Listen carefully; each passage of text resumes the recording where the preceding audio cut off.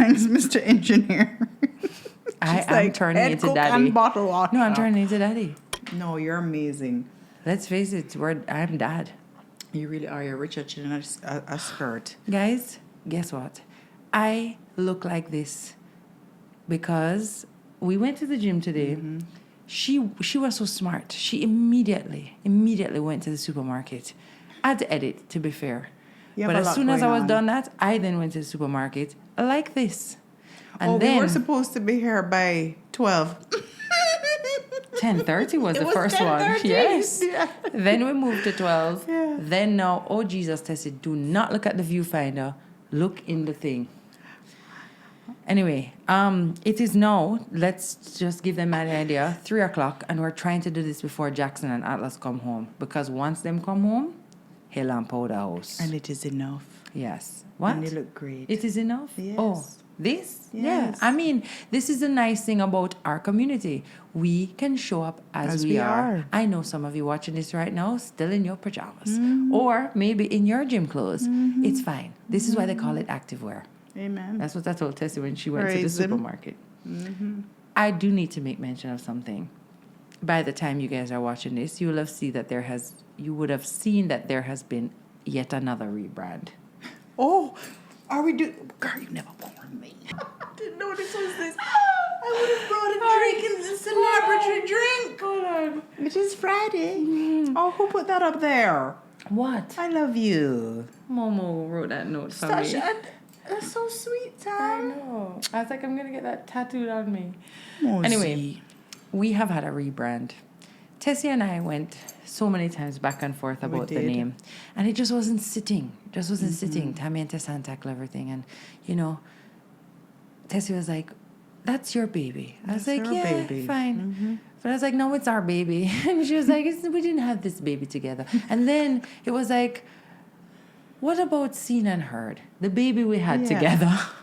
It looked like us. I'm just joking. So we're back to Seen and Heard, which was our Instagram thing that we used to have in the pandemic. And I love that name. And we loved it because that's exactly what we're trying to do here. Yeah. We just want to be seen and heard. And we want you to be seen and heard in our conversations. And so here we are, Seen and Heard with Tami and Tessanne. Seen and Heard with You Can Do Hard Things review. Is that thing recording, Tami Chin Mitchell? Tessie, it is such a pain. I love it, Tam. I love it. I love the artwork. Cheers. Cheers to that. Cheers to a new beginning. Cheers beginning to you again. Being able to change your mind. Yeah. That's a whole next It's topic. a whole thing. So today we have a fun one though. It's just a fun Fuck It Friday. Tessie, I have to edit that. That's another thing, right? So I used to swear a lot in my old podcast. If you go and listen to the podcast, and if you are listening on the podcast, you know that my old episodes have a lot of curse words. Jesus ain't done with me yet. But no, what I'm saying is that... Oh, okay. What I'm saying is that because of the vlog, I feel...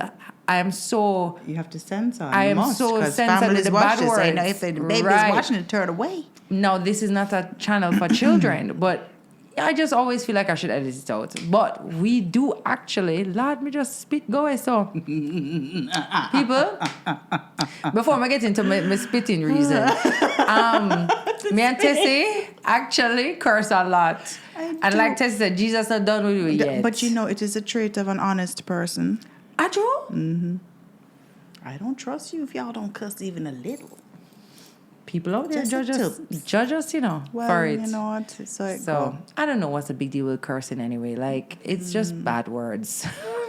I mean, I even sometimes I curse in front of the kids, and Atlas is like the cussing police. Mom, and I said to him, you never hear nothing good when me say. You always hear everything when me say bad.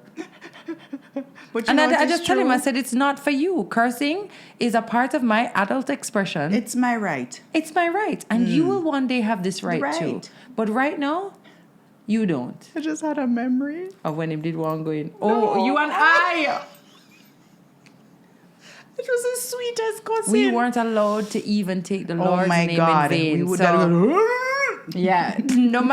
My point is this, no matter how you try to restrict your children, Or do these things, Life finds a way. you know?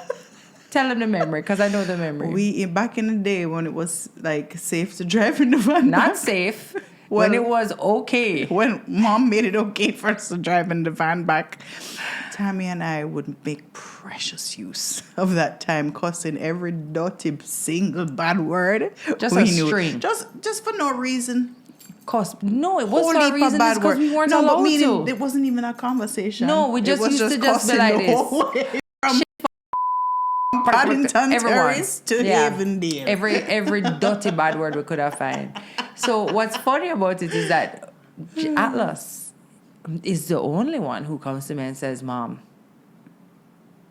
I really want to say a bad word. Oh, bless And I said to him, you know what, son? You just go in the closet and let them rip. Oh. I said, but you're not allowed to use them outside. Listen, question my parenting all you like. This is a decision I have made in my home. Mm-hmm. And I don't do it all the time. But sometimes I can remember the child I was that just wanted. And you know what it is?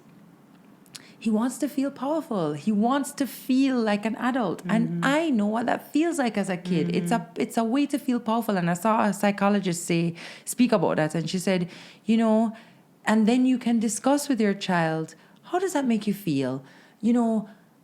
It makes you feel powerful. What else can we do to make ourselves feel powerful or to feel strong or to feel like an adult? And we can find other things. But go in the closet for now. Do not let them out. Otherwise, it doesn't mean that sometimes he doesn't say a bad word or two like any other kid. But I try to correct it and move on and not make too much of a big deal of it. Yeah, because you know what? I think once you put it on a pedestal, it's like food, right? They tell you the minute you start to if you're on a diet and you put food on a pedestal is the minute you're going to fall off of it. Because the temptation not to do it is far stronger than the will, acknowledging of, okay, It's here.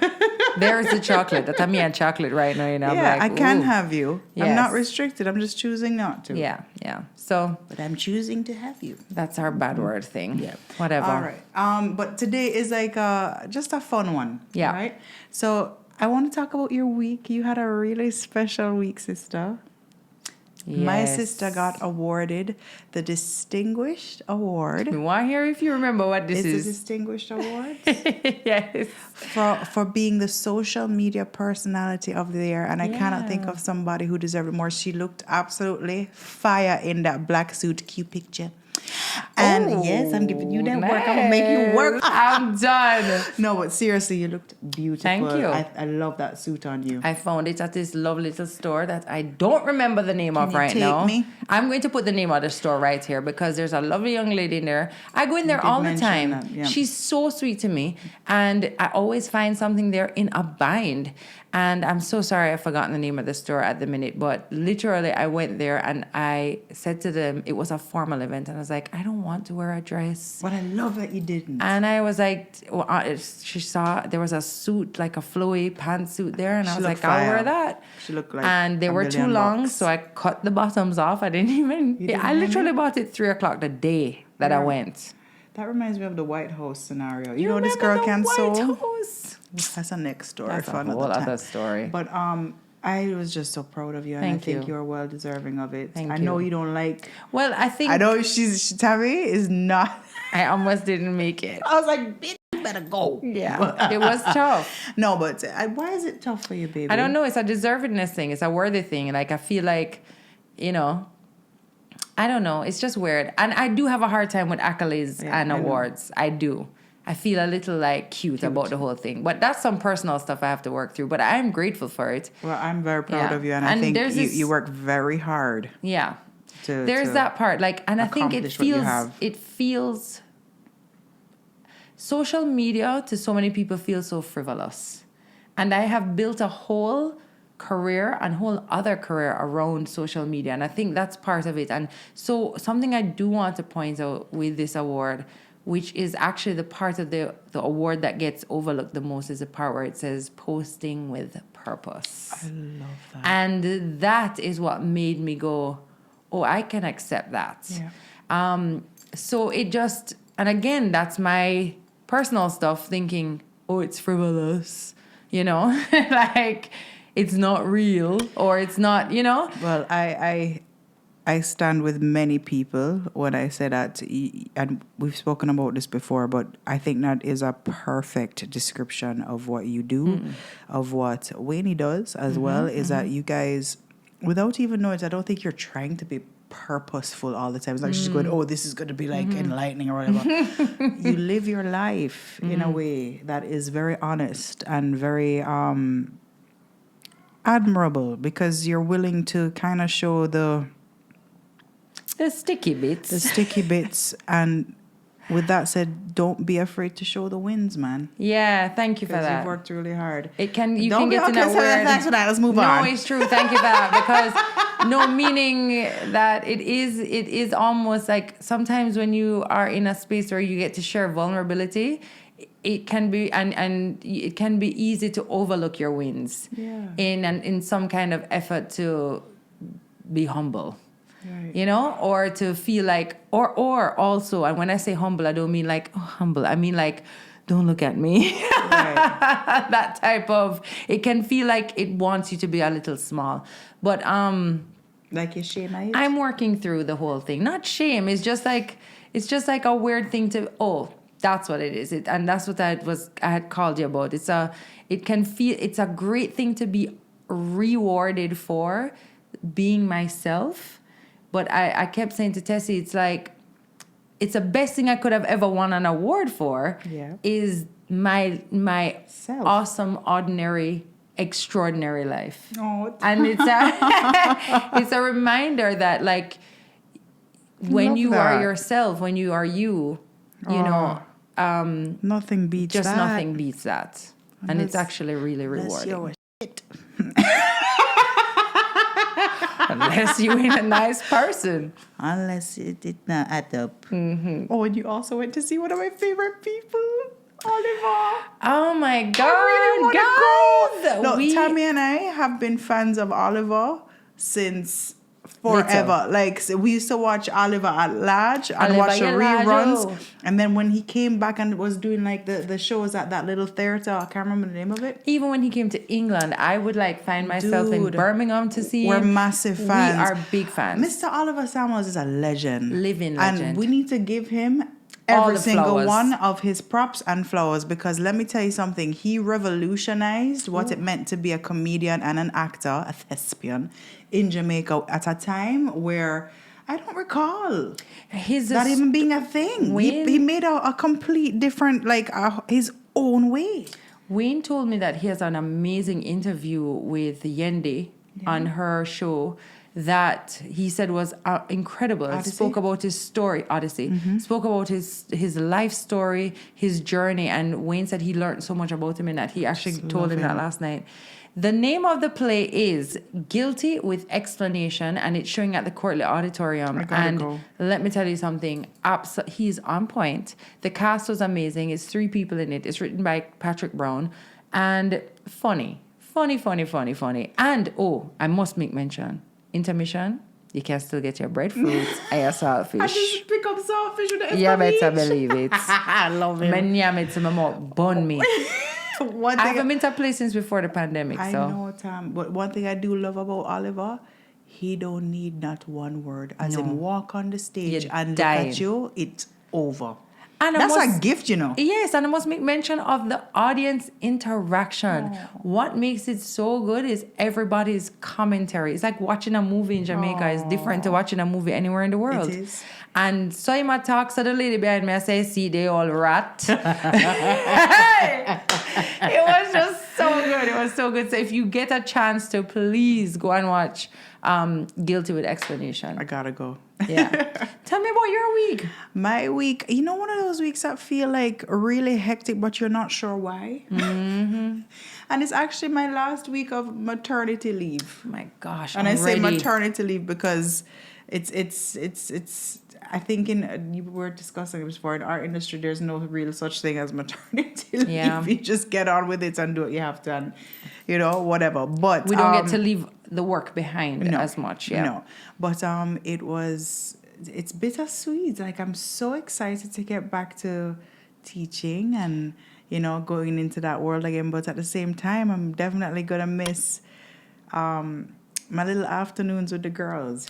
So there might be people watching who don't even know that you teach. I teach singing. It's the majority of my clients or students are kids, and it's just, we're called Voice Box. It's just been one of the most wonderful things in my life. Like fulfilling, it's definitely fulfilling, but it has opened up like a whole different side of the purpose that I thought was over my life. And then I realized that purpose is multifaceted.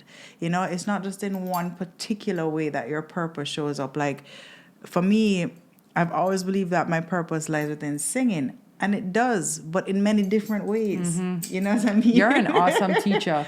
If I had Tessie as a teacher as a kid, if any of us had a teacher like Tessie as a kid, oh my gosh, we would be doing really well, because she's very nurturing and very encouraging and very kind and supportive. Thank you, sis. And she's really good at what she does. And I love my kids. They're awesome kids. She doesn't just teach kids though. She also teaches adults. I do teach adults, but it's just, I'm looking forward to seeing all of them. I'm sure they're gonna look like big people to me, because 3 months is a long time in a kid's life. A lot can happen. So I'm looking forward to getting back to that. And living. Oh, who that is? Hey. Hi, handsome. We're filming something. I soon come, okay? Okay, take Jacoby now. Go on. Close the door. I may enhance some body, Huh? Oh, that's so nice, sweetheart. Oh, I like your scorpion tattoo. That's awesome. Downstairs. It's really sweet. I don't remember what we were saying. What we were talking about. You were looking at this. Oh. Last week of maternity leave. Right, yeah. So, in the midst of all that, I did have how do I put this? There was a bit of a sad event, but it was wonderful because it turned out to be a Thanksgiving of life for one of our dear friends who lost his dad. So the pastor was preaching a sermon about the graveyard being full of potential, books that haven't been written, songs that haven't been sung. Problems that haven't been solved, all these things. And he was saying, don't die full.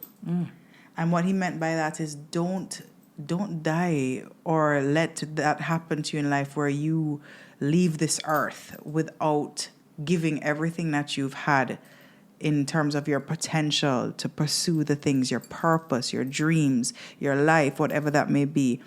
Leave it all on the floor.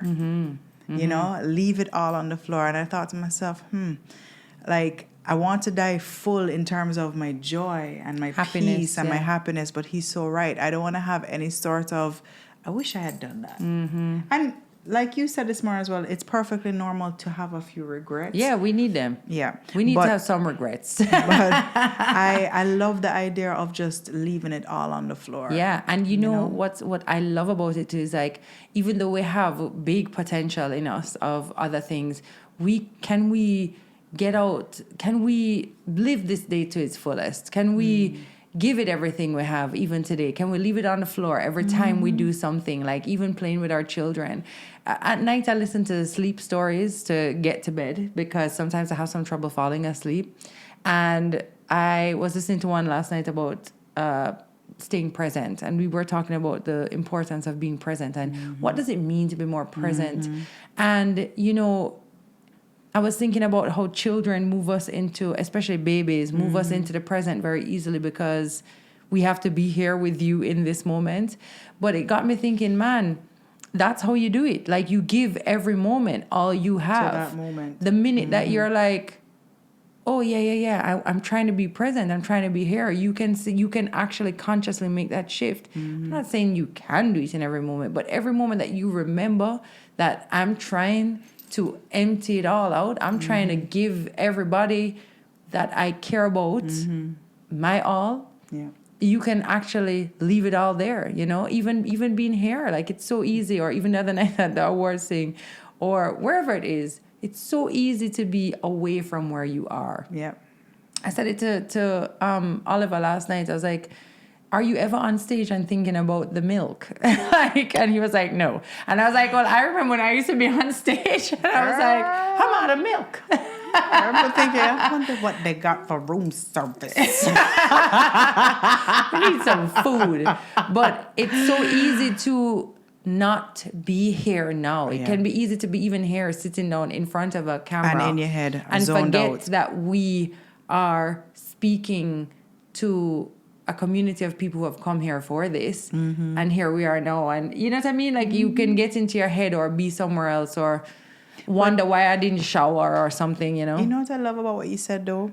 Because for some people like me, I find the thought of I need short bursts. Yes. So if I can give the fullness of myself to a task for even 30 minutes, I'm not saying you're supposed to walk around just completely like, yeah, no. I it's love that. Unrealistic. It's not real. And you do need to zone out, actually. That's part of like, you need to disassociate. That's what they call it. Yeah. Yeah. So I love that idea, Sissy, of just, even if it's 30 minutes, even if it's 15 minutes, give all of yourself to that thing which that is, you are doing. Yes. You know, fulfilling to you or helping you to get to your purpose or helping you to be in that moment, you know? Yeah. I love to take this opportunity to say we are not in any way therapists. Oh, no. Or no, honey. I see a lot of people coming out and saying it's like their therapy, and we love those comments. Mm-hmm. But we just also want to make it clear that we are not really giving any advice. We're just sharing. Your sisters, your friend, your aunt, your aunties. And we're sharing. Our experience and what works for us and what we think helps. I like to say that we're having the conversations that you and I normally have over our coffee. With you. Yeah. So, you know, and I'm not going to lie, there are some conversations that I've had with you, sister, that have felt very therapeutic. Yes. You know, so I understand the sentiment. And we know what you mean, but we're just kind of saying it for... Disclaimer. It's just a disclaimer because I don't want it to ever be said or thought of that that's what we're trying to do here. It's not. We're not trying to tell you how to live your life. We are literally sharing. We're trying to figure it out along the way with you. We do not know what to do with our lives. We're lost. At any, I think, but isn't that the truth of all of us? So we're all just in that process of just searching to become the muchier versions of ourselves. Or I love. Isn't that what it's all about? Agreed. And there's this idea of like whether you are becoming something, whether you're returning, whether you are journeying, whether you are lost. I love returning because I really feel like I'm returning to myself. I feel like for so many years I gave away who I was. And I mean, there was a time when I wasn't even sure if I liked something. You know, like you remember I used to say to you, do I just like chicken thigh because it's been served to us? Do I prefer the breast? Daddy only ever bought leg and thigh. And for years, I didn't even know the chicken had other parts, except for the foot and the back. But he never buy a breast or wing, because he never like it.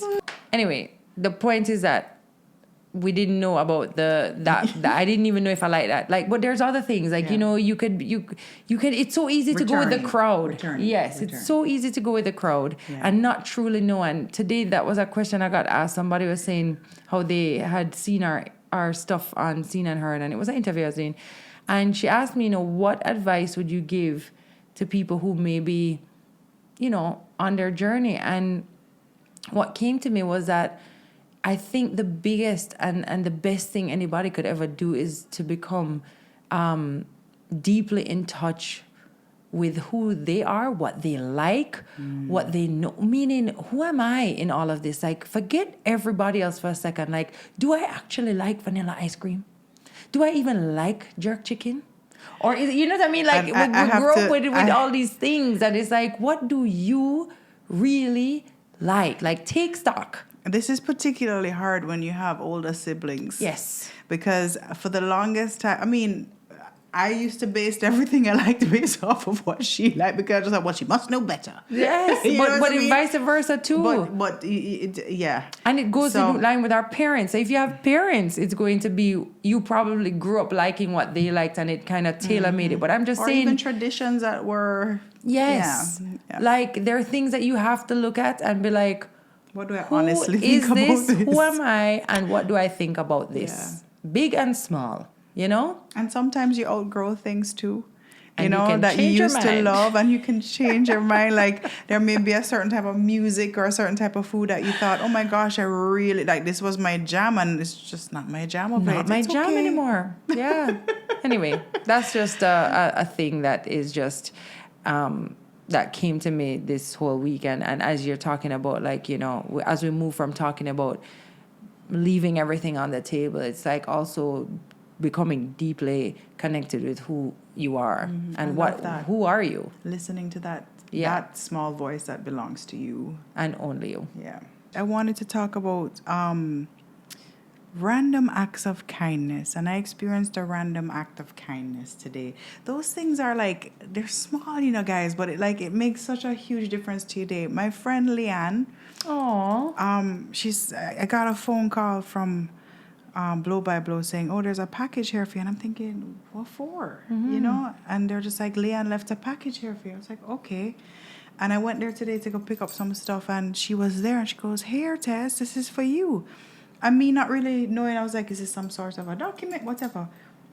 Out comes this beautiful bracelet from Simone. Yes, and it has an elephant. I love elephants. We love elephants. And do we love elephants? We do. I'm just joking. Oh. Do we?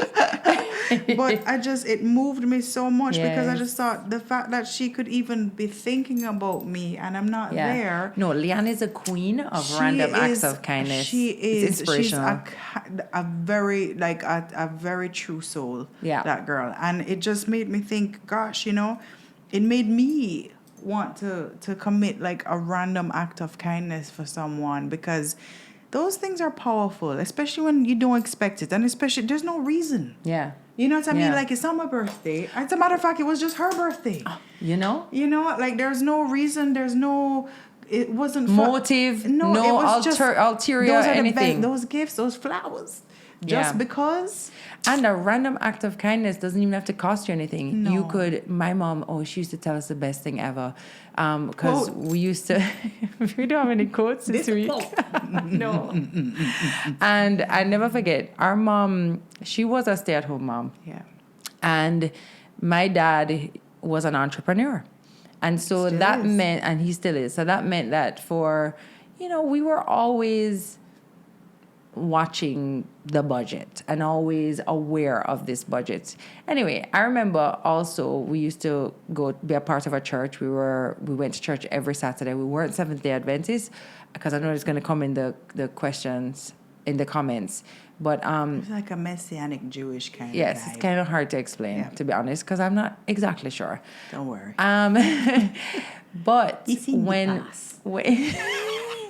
when the topic of tithing used to come up, my mom, I remember we were having this conversation. We must have been like teenagers, and we're like, how do you tithe if you don't have a job? Like, how does this work, And I remember mom saying to me, you can tithe. She goes, I believe you can tithe with your time. With your effort. With your talent. With your talent, with your gifts. And so my mom used to find a way to cook food, even if it was just 5 meals. And she would drive around and give out those 5 meals to people who she wanted to give them to. I have memories of someone coming up to me and saying that they have a very clear memory of mom when they were going through a hard time, showing up at their gate with groceries and not saying a word, nothing, just leaving them there. But she had that done to her so many times. Exactly. And her mom, I remember her telling me a story. Oh, I have to tell this story. I know Tami has told you the story about our grandma Edna with the hose, but our grandma Kathy, our mommy told me this story once. Is mommy's mom. Mom's mom, Catherine Levy. she said to Mommy, Christine, set the table. And Mommy is like, why should I tell me to set the table? And she know that dinner not dead, no dinner not cook. What should I tell me to do that for? And she looked at her and, Grandma Kathy was a very, no-nonsense person. She was just like, set the table. They had 6 kids. Right? And she said, I don't know how. I don't know if she sensed it. I don't know if she knew. But it was like her act of faith in that moment to tell Mommy to set the table, because it was like her saying, expect the blessing, Jesus, the dinner to come. And sure enough, somebody show up the day with some groceries for the family. And I just thought to myself, boy, those little nuggets of it was somebody did come with a hand of banana. Somebody did come with this. My mommy told me that they used to split one banana in 6. Yeah. Or sometimes Grandma would send them out to the mango tree. To go eat. So that them would have full up little before the liquor dinner have to share. But it just the random acts of kindness that you don't even know. Even if it's just to tell somebody, you look wonderful today. Or you need a hug, whatever it may be. We are issuing that today. Go and do a random act of kindness. Don't underestimate the small things in life and what a big impact that it can have on you or somebody else. Because this right here today, it may look small, but it's heavy. Yes. You know what I mean? Yes. It meant so much to me. Thank you, Leanne. Yeah. Love you, girl. I love that. And we do charge you with that. Go, what's your random act of kindness this week? We want to know. And you know what? I'll go even a step further. Don't make it cost a thing. Make it be your time, a call, a compliment, something to just show up for somebody else. And the second part of what you said is, and I love this so much, is to expect your blessing. Oh, Expect your miracle. Set the table. Yeah, I love that. By the hose. I don't know the story about the hose. Tell a story. You tell a story. No, you tell a story. You are the storyteller. So, back in the day, my grandma Edna now, which is my daddy's mommy, they grew up in a really humble situation. That's what I'll say, humble. Them did poor. But, people measure poverty differently, so... but them did poor. Anyway, they used to live in a tenement yard, and my grandma bought a hose, because I remember my dad told me that they used to have to bathe in a bucket outside, and she used to say to him, don't worry, son, one day you're going to have your bath and whatever. But she bought a hose one day, and they started to laugh. The community started to laugh. What you buy a hose for? You have no garden for water? And she said, you don't worry about that. And my grandmother buying that hose was in defiance of her circumstances. And it was saying to herself, to God, to the universe, to those people around her, that you don't worry. My garden coming. This is the seed that I'm planting. So we always reference the hose, the garden hose, and I have my hose. That's right. You have your hose. It means something to you in that way. And she did get to water our garden. She did, multiple times. She did, and to we're this still day, watering that garden. Watering that garden. And we marvel all the time how, Grandma had a vision for what that house was going to be. And I kid you not, guys, every single one of us at some point of our lives have lived in that house. Yes, it's true. It's true. We have some real strong matriarchs. We are really, in our family, built off of the backs of women. Yeah. And their belief, their faith, their, when they say that we are a product of our grandparents' prayers, is not a joke. And know that we are parents, we see how that works, and how we are trying to set up for future generations. But in all of our setting up, there's so much that we have to trust in. There's so much faith in play. We are reaping the seeds. Amen. That our grandmothers and grandfathers and planted. great-grandmothers and great-grandfathers. I every good seed I plant, may my children reap them. Amen. And their children's children. Amen. So, yeah.